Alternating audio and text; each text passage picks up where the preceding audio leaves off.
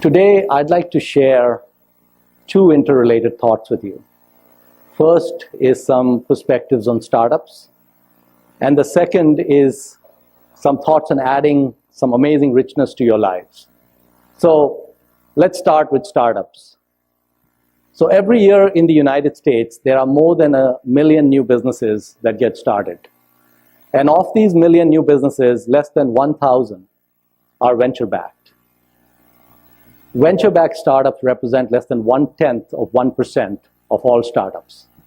They are an anomaly that can safely be ignored. In fact, most of those people whose names I just mentioned never did something so stupid as to write a formal business plan or spend their time chasing venture capitalists. You do not need money or VCs to get a business off the ground. How can that be? How can you get a business off the ground with no money? Well, I like to call it the secret. Let me share the secret with you. Let the secret be your edge. So you likely have a nice job which delivers a hefty paycheck with some regularity. And that job requires you to work 40 hours a week. But there are 168 hours in a week.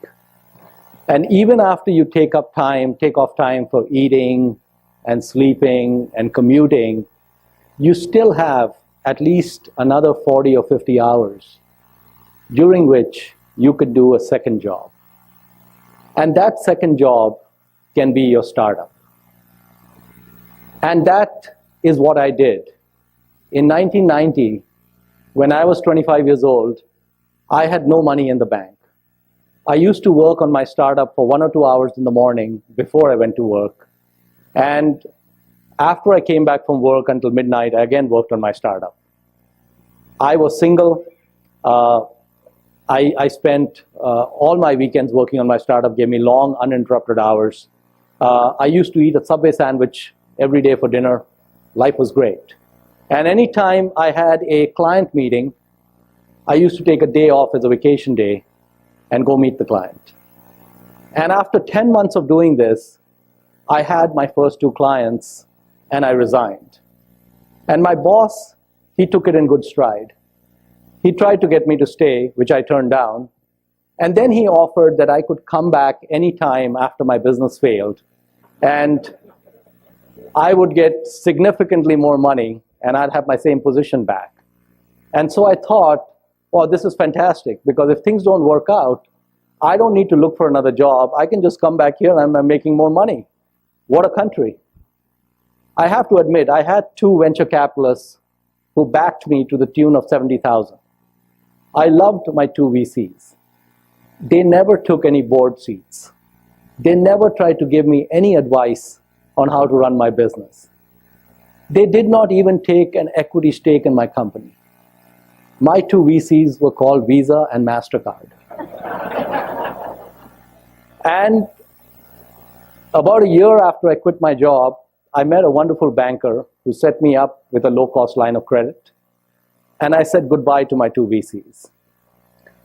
And about 4 years after that, we were recognized as an Inc. 500 company, one of the 500 fastest growing businesses in the United States.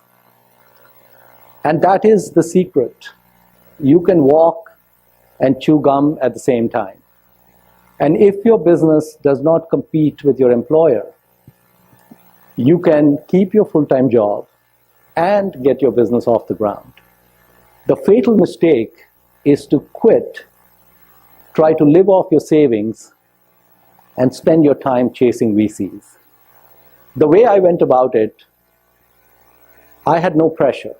It did not matter if it took 3 months or 6 months or 18 months to get the business off the ground. The cash was coming in, the rent was current, life was good.